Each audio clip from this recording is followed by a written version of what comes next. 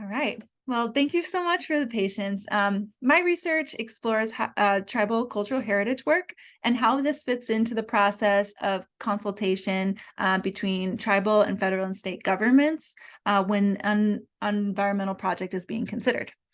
And I came to this topic through conversations with Naomi Brandonfels, who's the former Tribal Historic Preservation Officer for the Quinault Indian Nation, and my thesis reader, Sultan Grossman, who I give my deepest thanks to.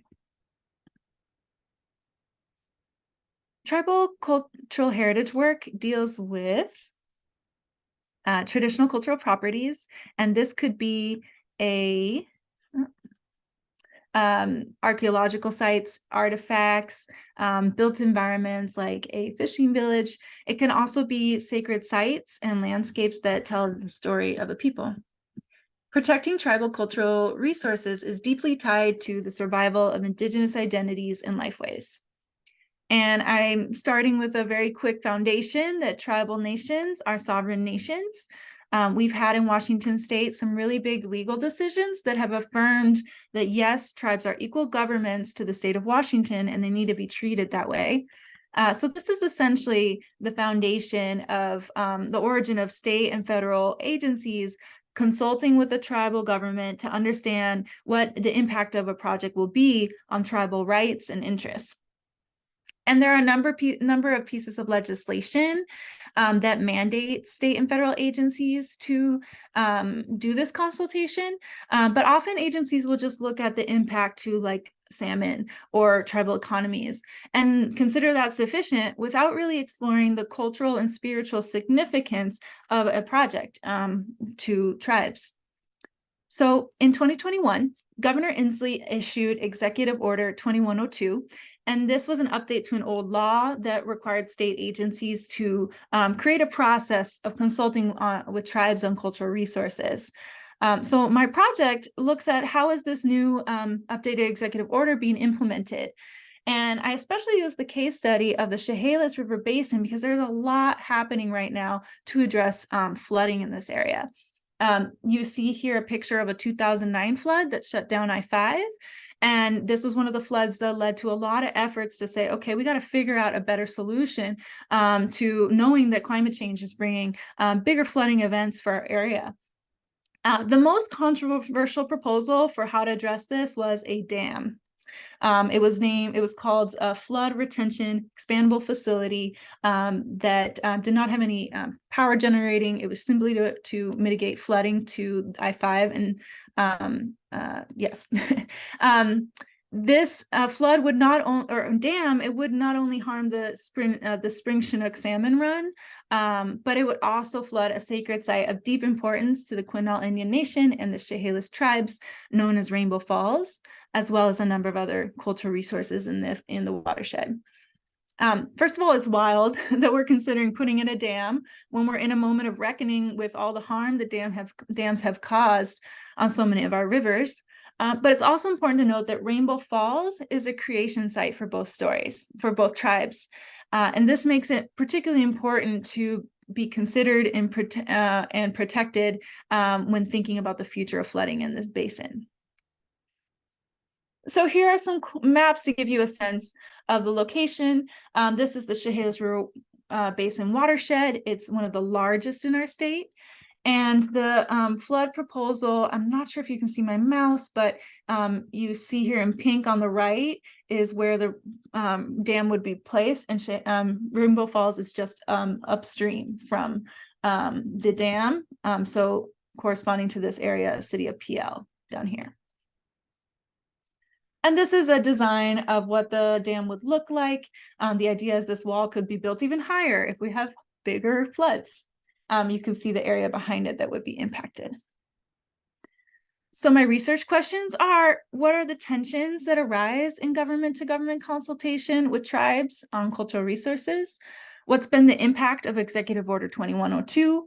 And what lessons does Rainbow Falls and the Chehalis River Basin flood mitigation efforts offer to improving consultation so that the interests and rights of tribes are ensured? I use 3 different approaches to exploring this. They are all qualitative methods. I did a series of formal and informal interviews and questionnaires of tribal historic preservation officers for both the Quinault and the Chehalis tribes, and state agency staff. I looked at the 4 key pieces of legislation that mandate consultation with tribes. And I also did a case study of the Chehalis River Basin flood mitigation efforts. So getting into it, the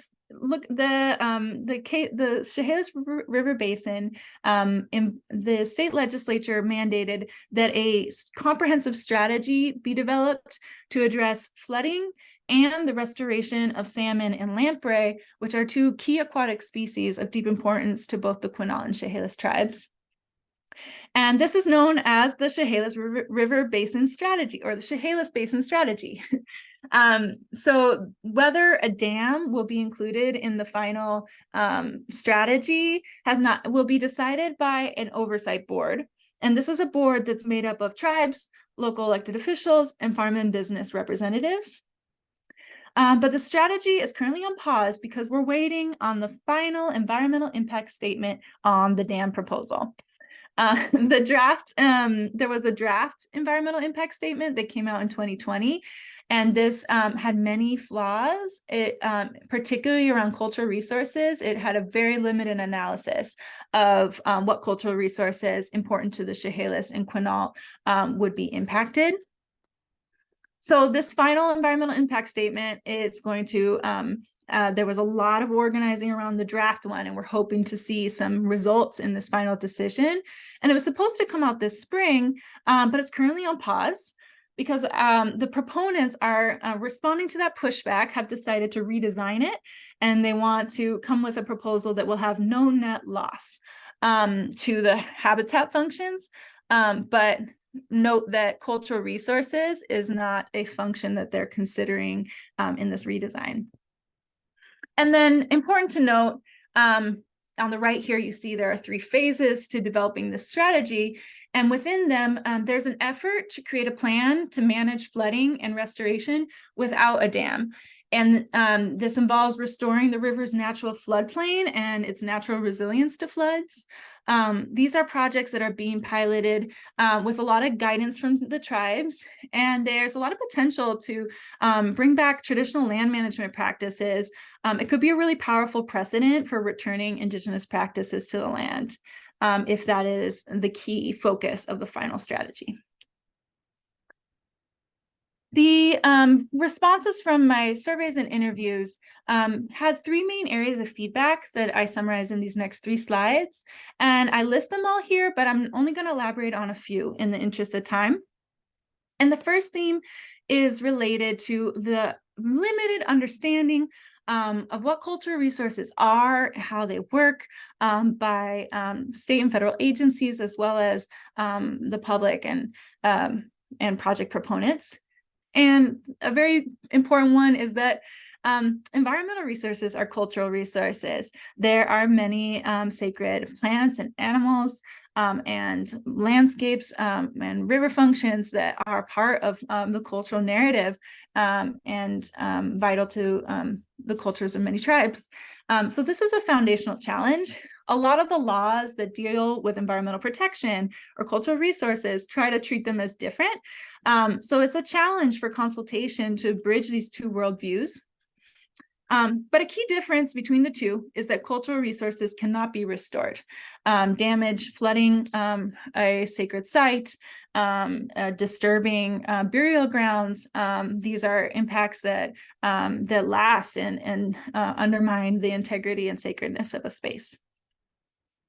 And then the last piece that was really interesting to me was hearing from the tribes on how they've harnessed this consultation process to start building back their cultural narratives that have been lost over the history of colonization. So this means they've been really proactive in commenting on impact statements, providing a lot of evidence and narratives about how the projects would impact their tribal cultures. And that's creating this paper trail that is really powerful for creating a precedent of what are the Indigenous place names, the stories, the connections to those lands that that tribal people continue to hold and have held throughout their time, throughout their ancestral since time immemorial. Looking at consultation in Washington state, how is this going? A really big theme was limited capacity for tribal governments to do this work. Tribal governments are often very small and underfunded for the work that is needed. My point that limited their limited staff and their budgets to do this work is limited.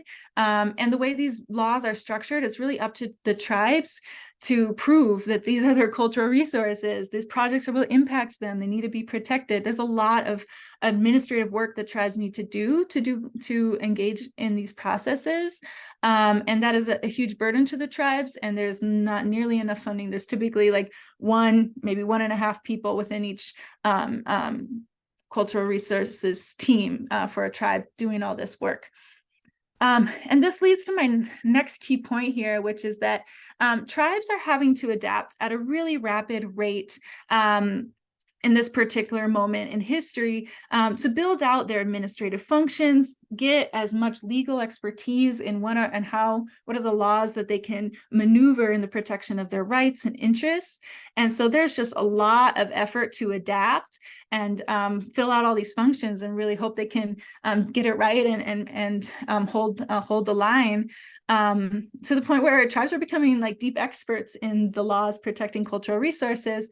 On the flip side, state agencies move very slow in responding to change. And a lot of them are still using practices that are outdated or have not been actually in keeping with what the laws require in consultation. So there's a tension there and an invitation for states to get on board and adapt and engage in new ways of working with tribes. And then finally, looking at Executive Order 2102, the feedback I got is it's a lot more paperwork for tribes.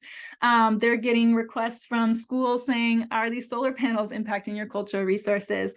Or a community center saying, will our wheelchair ramp impact your cultural resources?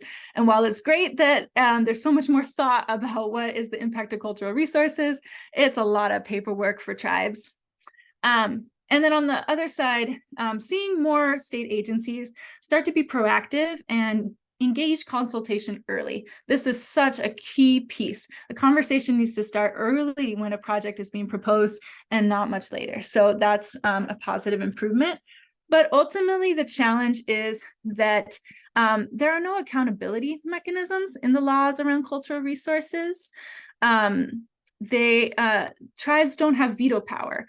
They can put forward a lot of evidence and proposals and ideas, and ultimately the state is only required to listen and not actually take that into consideration. So this is looking at what does this really mean in real time, in real life. Looking at the Chehalis River Basin, I played out 3 different scenarios of what could happen under a positive example of consultation, what could happen if over the next year a negative scenario plays out, and what is a kind of a half-baked effort to undergo consultation. What would be the implications of this? So for a positive scenario, there would be early consultation. As I said, it would follow formal tribal government channels. There would really important is ongoing dialogue, building these joint decision-making tables and structures for building consensus and and continued engagement with future issues, but starting that dialogue now. The dam would not be built, and the integrity of Rainbow Falls would be protected.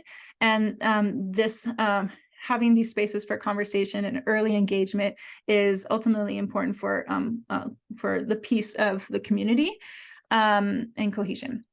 Under a negative scenario, that consultation wouldn't happen until much later, and by the time the tribes come in with input, it can be received as slowing down the momentum and creating conflict. So that would be create an adversarial environment.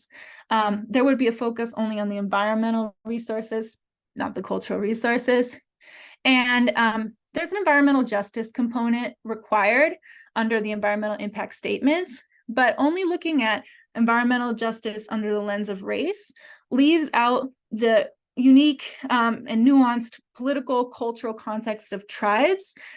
So environmental justice needs to, and analysis needs to have a decolonization framework as well. But if not, that would be a negative scenario. There would be no comprehensive strategy. The region would continue to struggle to how to respond to big floods. The dam would be built, and Spring Chinook would disappear, and Rainbow Falls would be flooded. And under a midpoint scenario, consultation would happen, but it would be a more symbolic gesture. There would be shared decision-making tables, but they would just be short-term. And ultimately, when the decision is made, it wouldn't be one that upholds the tribal interests and holds that line. The dam would be built with some mitigation efforts, like putting in a salmon ladder, but it would still harm the water temperatures and salmon habitat, and the Spring Chinook would disappear. And importantly, Rainbow Falls would be flooded. There would continue to be some restoration efforts, but they'd really be undermined by the damage the dam would have to the ecosystem, and they would happen in isolation, not optimizing each other's efforts with an overarching strategy. And there would be a lot of cultural tension and dissatisfaction. And this is really, something to pay attention to, because there are future conflicts coming that this could set a poor precedent for. So in conclusion, there are a lot of unique things happening here. I didn't mention this, but these tribes have very different legal frameworks. It's, as I mentioned, very strange that we're putting in a dam.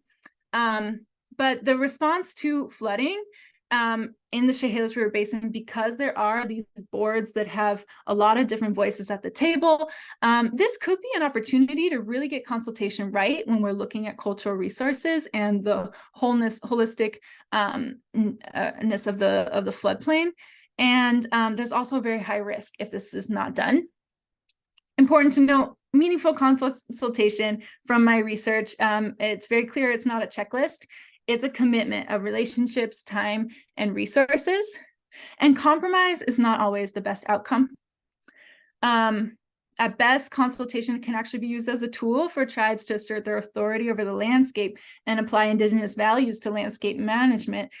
This is an exercise in decolonization. With Executive Order 2102, we have some best practices kind of rising to the surface slowly. But ultimately, it's really about these long-term structures for deep listening, shared power with tribal nations.